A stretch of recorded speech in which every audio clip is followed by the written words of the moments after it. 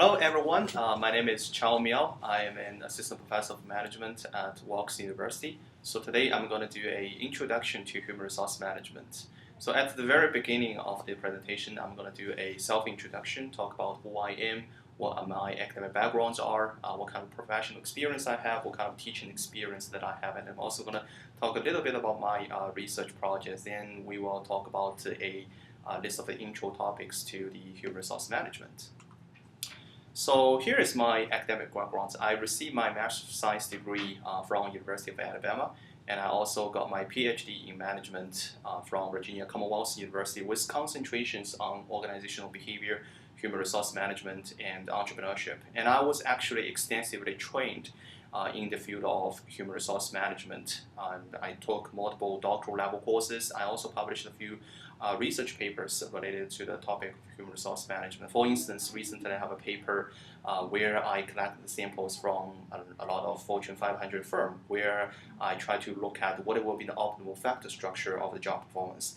And I also did a couple of studies on the topic of emotional intelligence, and I use emotional intelligence to predict one's job satisfaction, organizational signature behavior, counterproductive work behaviors, turnover intention, organizational commitment, and some other important workplace outcomes like that. So I have extensive research experience on human resource management and on the topic of selection in particular. So before I came to Wilkes University, I've already developed a very rich repertoire of teaching experiences. In addition to the teaching experience in the area of human resource management, I've also taught some other courses in the field of business, such as organizational behavior, entrepreneurship, management of organizations and peoples, and some school probably call this as principle of management. I also guest lecture a leadership course at MBA level. And I also taught managerial communication, or aka managerial application and skill development. And I've also taught some quantitative oriented courses such as simulation and supply chain management. So before I came to the world of academia, I actually held multiple positions at both for-profit and non-for-profit organizations. For instance, I was a manager assistant and a computer-aided design engineer in a small entrepreneurial firm. So my major job is not only on computer modeling, producing all kinds of 3D drafting, 2D drafting, and another important job of mine is to help my boss to hire new employees, organize the job interviews, screen the curriculum vitas, and do things like that.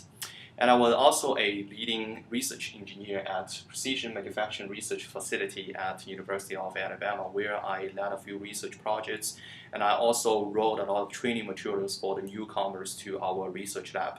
And I also created a organization with my colleagues at VCU, which is entitled the RAMS for the Advancement of Management Studies, where I serve as the vice president. So I have a really rich professional experience that is relevant to the field of HR before I came to the world of academia.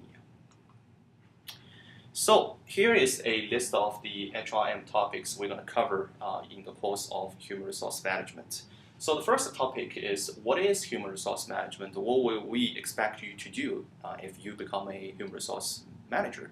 What are other topics that is under the big umbrella of the field of human resource management? So we're going to really kind of scratch the surface at the very beginning of the semester to talk about what is human resource management. Then we will also talk about things related to HR laws, such as equal employment opportunities. For instance, we will talk about what is adverse impact, what is disparate treatment, how do we calculate the adverse impact, how do we provide the evidence for indicating the adverse impact. And we're also going to talk about something that you would like to avoid asking during the job interviews. What kind of questions that you are not supposed to put on the application form, on the job application form. We will also talk about something related to job analysis and job design. I will teach you how to write job description, position summary, and I will also talk about a list of useful online platforms that you can rely on to derive position summary and job description. We will talk about what the ONAP is. And we're also going to talk about what is job design. How do we improve the job design to boost the employees' job satisfaction and organizational commitment? We will also talk about job characteristics models proposed by Heckman and Oldham. So that's the major content we're going to cover in Chapter 3. And we're also going to talk about things related to recruiting and careers. In that particular chapter, we're going to talk about two major forms of recruiting, such as internal recruiting and external recruiting. What kind of a method that you can use to internally recruit some employees, and what kind of other method that you can use to externally recruit some potential employees. And in the chapter of selection, I'm going to talk about a list of selection tools that you can use to hire new employees, to filter the job applicants that you received. We will talk about a set of valid selection tests or selection tools, such as cognitive ability test, emotional intelligence test, personality test, work sample test, job knowledge test, structured interview, unstructured interview, and see which one is the best predictor of one's job performance. So in that particular chapter, we're going to talk about the validity of all kinds of useful selection tools that are commonly used by a lot of organizations. So next chapter, we will talk about performance management. So when you measure people's job performance, what kind of a measurement method that you would like to use? Do you use self-reported rating of the job performance? Do you use observer rating of a job performance like colleague rating or peer rating? Or do you use supervisor rating or boss rating of the job performance? We're going to talk about the advantages and disadvantages of each type of measurement method.